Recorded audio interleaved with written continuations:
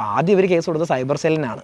Cyber സെല്ലിന് ഇവർക്ക് check ചെയ്യാം, ഞാൻ ഏതെങ്കിലും ഒരു ഇൻഫ്ലുവൻസറിനോ അല്ലെങ്കിൽ ഏതെങ്കിലും ഒരാൾക്കോ നിങ്ങളിത് പോസ്റ്റ് ചെയ്തോളൂ എന്ന് പറഞ്ഞൊരു ഇത് ഞാൻ ചെയ്ത് ഇവർക്ക് വേണമെങ്കിൽ നോക്കിയെടുത്ത് ചെയ്യാം. അങ്ങനെ ഒരു സംഭവമേ ഉണ്ടായിട്ടില്ല. ഇത് ഡൗൺലോഡിങ് ഓപ്ഷനുണ്ട്, അവർക്ക് പോസ്റ്റ് ചെയ്യാനുള്ള ഓപ്ഷനുണ്ട്, എന്തുവേണമെങ്കിൽ അവർക്ക് ചെയ്യുകയും ചെയ്യാം. ഇതിനൊന്നും ഞാൻ ഉത്തരവാദിയുമല്ല. അതാണ് സംഭവം. ഇപ്പം ഞങ്ങളുടെ കാര്യം ആക്ച്വലി ഇപ്പോൾ കുഴഞ്ഞിരിക്കുന്നത്. ഇപ്പോൾ ഒരു പകുതി കഴിഞ്ഞപ്പോൾ ആൾക്കാരെല്ലാം തെറ്റിദ്ധരിച്ച് നിങ്ങൾ സൈലന്റ് ആയപ്പോൾ ആൾക്കാരെല്ലാം അതെ അവൻ എന്തിനാ അവിടെ വണ്ടി കൊണ്ട് നിർത്തി, പിന്നെ അവന് വീട്ടിൽ ചെയ്യേണ്ടത് എന്തിനാ അവൻ റോഡിൽ ചെയ്തു, ഇങ്ങനെയൊക്കെ ഉള്ള രീതിയിൽ ഒരുപാട് ഇപ്പം നമുക്കറിയാം വരും, സ്വാഭാവികമായിട്ടും വരും. പക്ഷേ ആ നാട്ടിൽ നിന്ന് തന്നെ മോശമായിട്ടുള്ളൊരു കമൻറ്റ് വരും നമ്മൾ പ്രതീക്ഷിക്കുന്നില്ല. കാരണം ആ കുട്ടിക്ക് ഭയങ്കര ഒരു നാട്ടിൽ നിന്ന് ഭയങ്കര സപ്പോർട്ട് ഇപ്പോൾ കിട്ടുന്നുണ്ട്.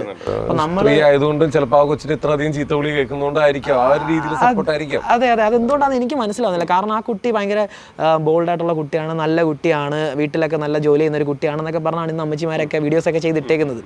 എൻ്റെ ഭാര്യയും പെണ്ണാണ്, അവൾക്കും ഇതേ ബോൾഡ്നെസ് ഉള്ളതുകൊണ്ടാണ് ആളും ചെന്ന് ആ വന്ന ആളെടുത്ത് നല്ല കാര്യമായിട്ട് സംസാരിച്ച് അത് സോൾവ് ചെയ്യാൻ നോക്കിയത്.